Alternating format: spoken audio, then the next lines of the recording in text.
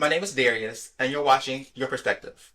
This week's guest is my amazing, accomplished, and supportive husband, Nick Broils. Thanks for having me. Of course. And also, guys, if you don't, you might not know, but the whole name from my show, Your Perspective, came from him. Like, Nick is very supportive, like, even off camera, like, I'm gonna your flowers. But the name came from him, and like everything I do in life, this man has pushed me to be like on it. And like, I won't say I'm a procrastinator because I'm not.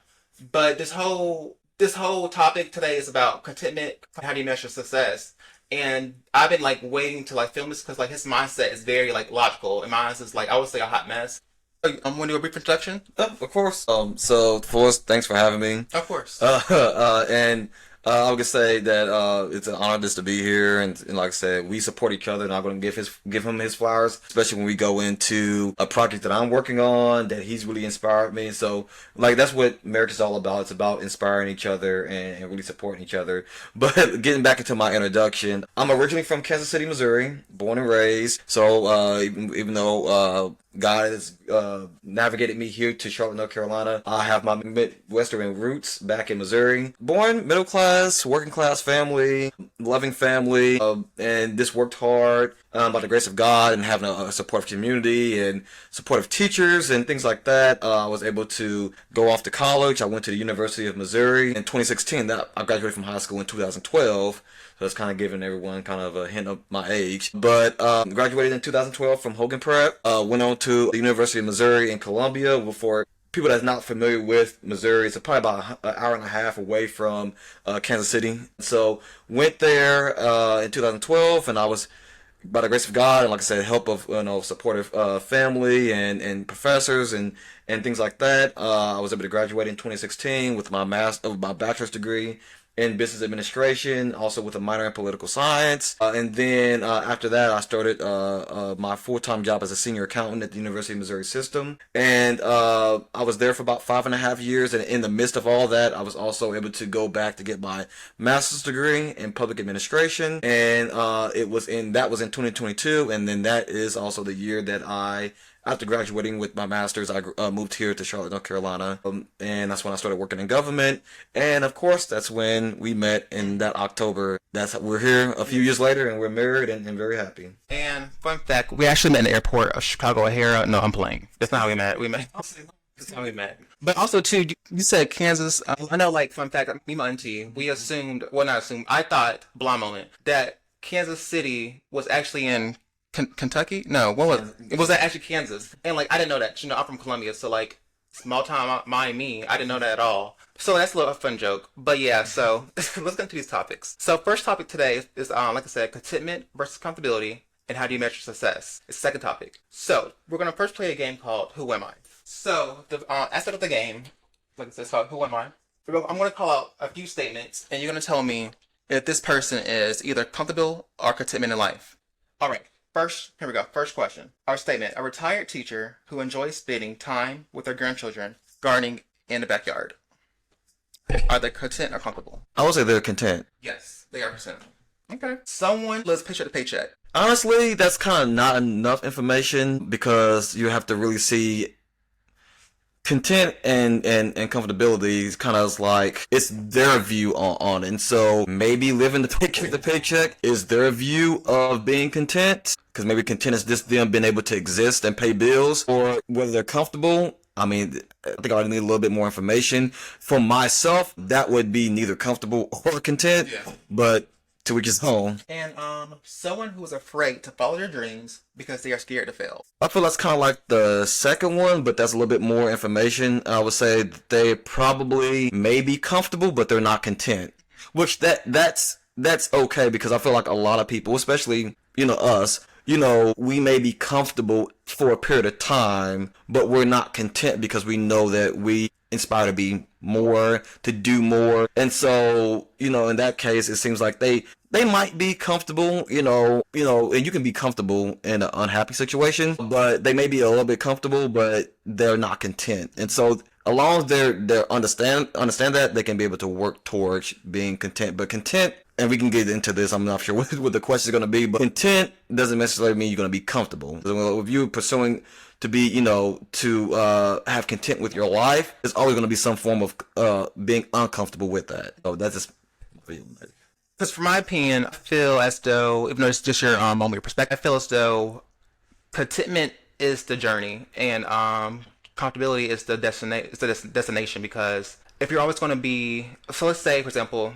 oh my God, I have a trip coming up. I have to do all this. I have to like get money for a trip, get clothes for a trip, and like take a PTO for a trip. And when that trip comes and that trip's over with, now what? I have to go on their trip. I'm not full. So that's why I say like contentment is the journey, while comfortability is the destination. Because in that moment, you're trying to get to that point, but you never be full as a void. So first question I have: what if I said comfort is hard coded in our work lives? Comfort again? Yes, comfort is hard coded in our work lives. It's hard coded. So can you just please explain what you mean by that? So let's say, okay, so I'm not at a regular 9 to 5. Like we we wake up, do the same thing every day. There's no challenge. As if people can get bored with what they do. With like there's no, in most jobs, it's a hard place to get like move up in the ladder. Mm-hmm. So like we're still doing the same thing we're doing from like year 1 to year 2. Do you feel like it's a program to like not want more for ourselves? I would say in terms of comfortability, a routine can be very comfortable because it's a routine. It's not you know what you're gonna do. You wake up at 6 o'clock. You're gonna get ready for work. You're gonna drop the kids off at school. You're gonna get in. Especially here in Charlotte, you're gonna go and be in traffic for about a good hour or so. You're gonna go to work. And depending on what you do, some people do things that's more repetitive or more tedious work, and it's more it's not, they're not doing new things every single day. So that you can be comfortable within that. And some people are very comfortable with that lifestyle. But in terms of being content, content is, like I said, is based on their perspective of what is their, because I feel like content is the end goal. You're right.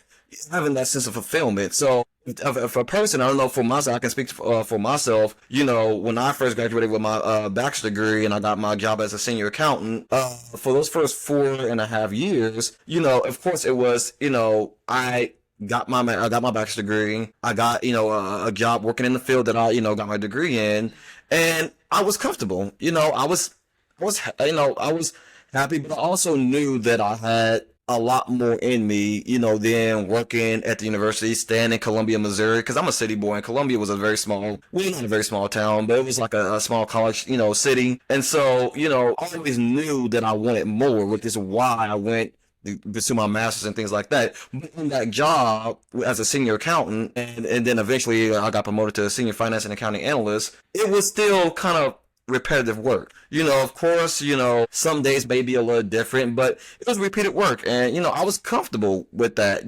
but in order for me to kind of reach my full potential, I understand I had to kind of break out of that routine. And I feel like it's easy for us to get in the routine because, a lot of people, and this is not my story, but a lot of people, they have kids, they have a lot of responsibility, and it's not enough time to think about themselves or their happiness. And I feel like a lot of people get stuck in that mindset that I just gotta provide for my kids. And of course we all gotta do that, but they kind of neglect themselves and they neglect their happiness, and I guess that they're comfortable and it's getting the bills paid. And so, yes, in that sense, it becomes kind of just a routine, and they, at least in that moment, they're not really looking to advance, and that's for some people. That's not everyone, but that's for some people. Next question. Can someone want growth but be comfortable? Well, that's a really good question. And I mean, I would say yes, you can be comfortable. You can be comfortable, yes, because contentment, based on my knowledge and also based on my life experience, is that contentment is being comfortable with the circumstances while you are pursuing that thing that gives you the that fulfillment. Because you can have some form of comfort. Just because you're pursuing contentment doesn't mean that you're going to be uncomfortable all the time. But being content, at least in my eyes, is that I may be uncomfortable from that. Like I can just really speak for myself, and I don't really want to go into like a whole theoretical definition of comfortability versus contentment. For myself, I know that I was just trying to talk about my first job, as a senior accountant, and then eventually as a senior finance and accounting analyst. I was working at the university for 5.5 years. And the work that I was doing was pretty much repetitive, and it was not enough time to think about themselves or their happiness. And I feel like it's easy for us to get in the routine because, a lot of people, this is not my story, but a lot of people, they have kids, they have a lot of responsibility, and it's not enough time to think about themselves or their happiness. And that's for some people. And the work that I was doing was pretty much repetitive, And I was comfortable not with just them, I was comfortable with my life. You know, even though I was not fully happy living in Columbia, Missouri, I live like 5 minutes away from my office. You know, Columbia, like I said earlier, is like an hour and a half away from Kansas City. So I was close to family. I had friends there. I was very much comfortable in that. But like I said, I wasn't fulfilled. And so I wanted the growth, and I was pursuing that growth with, you know, working full-time job, also going back to get my master's degree. But I was also comfortable to a certain extent. Now, contentment and all that stuff is that I'm still pursuing being content. I'm still pursuing my that fulfillment, pursuing the growth that I know that I have the potential to. With this person, not just in my career, but you know, spiritually and mentally, I'm still growing into that person. But I'm comfortable with the process, and I feel like, you know, it may have been a time, especially.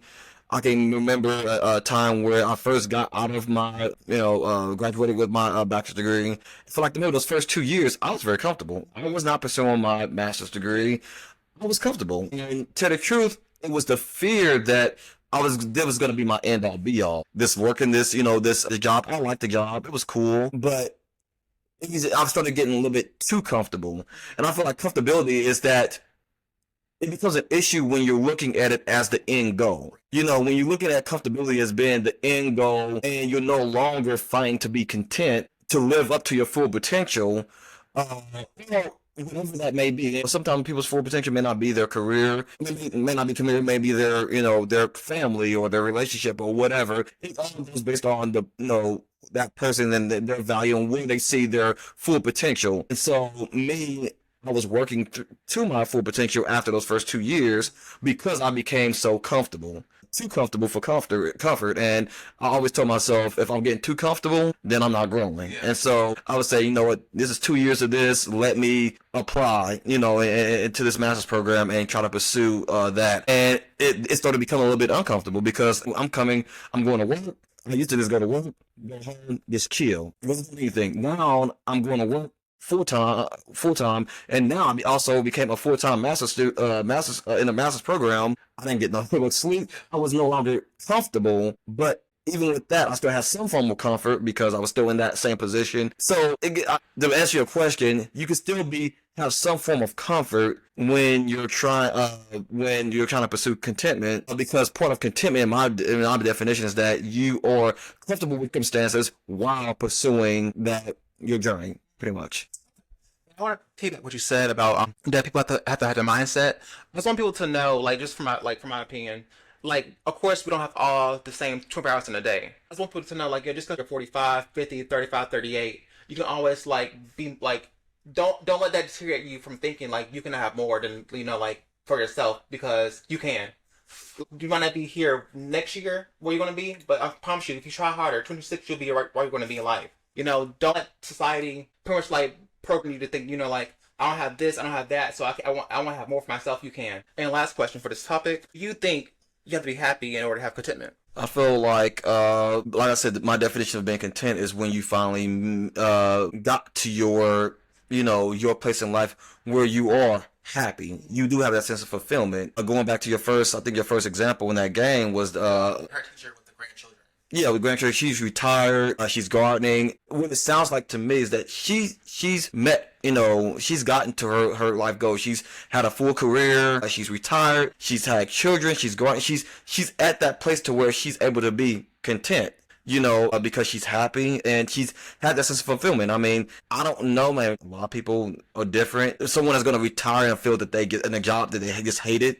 You know, and so to me, for her to retire and, you know, as a teacher, she has that sense of fulfillment, or she at least had to, you know, feel that sense of fulfillment and educating the future, you know, our future and things like that. And so she was able to retire from that, have the fulfillment in that, and also have the fulfillment in having, you know, her personal life with her grandchildren. And so I think the question was more so about, can you be happy? Can you be happy? And yes, and I think that's all about contentment. It's about a level of happiness and fulfillment. And so I think that is the definition. Happiness is the, you know, definition of content. So yeah, I mean, to answer your question, yeah, I do believe that. Yeah. One someone reaches their, side moment, like I'm at peace. You reach contentment in my eyes. That's my opinion. So let's move on. And also, just want to let it be known as well, and I'm not trying to prolong the episode, but maybe I hope it doesn't come off that somehow I've been, just focusing on in terms of like my personal story with my degrees or my job and all that stuff. Contentment is not just about, your career or material aspects. And like I said, it goes based off of people's, personal, what do they value? Because I know a lot of people, I feel like also what society has taught us is that we won't be content until we have that small, six-figure income. You have, the lifestyle and all that stuff. And, I think even studies would show you that a lot of people that have money are very much some of the most unhappiest people. So my thing is, when we look at contentment, yes, we can look at our careers, we can look at, materialism and things like that. And yeah, that all plays into it to a certain extent, but you set yourself up for even more to be more unhappy if you put all your happiness into whether you get a material, a position or, something that's material like a house or something like that. I feel like for myself, contentment is the sense of fulfillment. And I feel like a lot of us have those things that fulfill us outside of materialistic things. And so my thing is understanding, I'm in a position in life, in terms of my definition of contentment, I'm in a position in life where I know I've done everything I could to not just make my my family's life better, but also to make the world a better place. And that doesn't mean that I'm going to run for president or anything like that. That just means I did my part. That goes into our next topic. How do you measure success? What does success truly mean to you beyond external achievements? And like you said, like it's not all about like degrees and money, the followers you have, the popularity. It's about like internally that I'm happy enough to know that like I did my part and I'm happy where I'm at in life. Without this, you don't have this type of car. You don't live in this house, but like the person can have I don't know what the size of the houses are. Like what's a small house? I don't know. Like they can have like a 200 square feet house, and like the family is full. Like they're close. They're just loving. Like they're all in tune with one another. That's to me, like in my opinion, then you can be successful without like the money, the degrees, all that stuff as well. What is for you? What legacy do you hope to leave behind with your through your achievements? Fulfill my purpose, my God-given purpose. And like I said, it may take a whole lifetime to figure that out, or and my hope is that I'll figure that out as I go a little bit earlier than because some people just they lollygag and wait till the last minute and they just throw their whole life away. And so I feel like in general, my hope is that God continues to reveal to me my purpose, and that I feel like I am living in my purpose, but I'm still working towards that end goal. And so my goal, what I will feel is how I've became content is that I've not only been able to provide a great life for, our future kids and things like that. And that's kind of material aspect of it, but that I've done my part in the world. Part of why I went into government is because I know I wanted to make a difference. Now, I'm not elected official, and I'm not saying that I'm ever going to be elected official, anything like that. But I do work in government, and in my position, it's all about budgeting, and it's all about observing the needs in the community, and then how do you allocate resources to provide services to be able to improve the community, to be able to carry out, our county's, purpose, and it's to help people.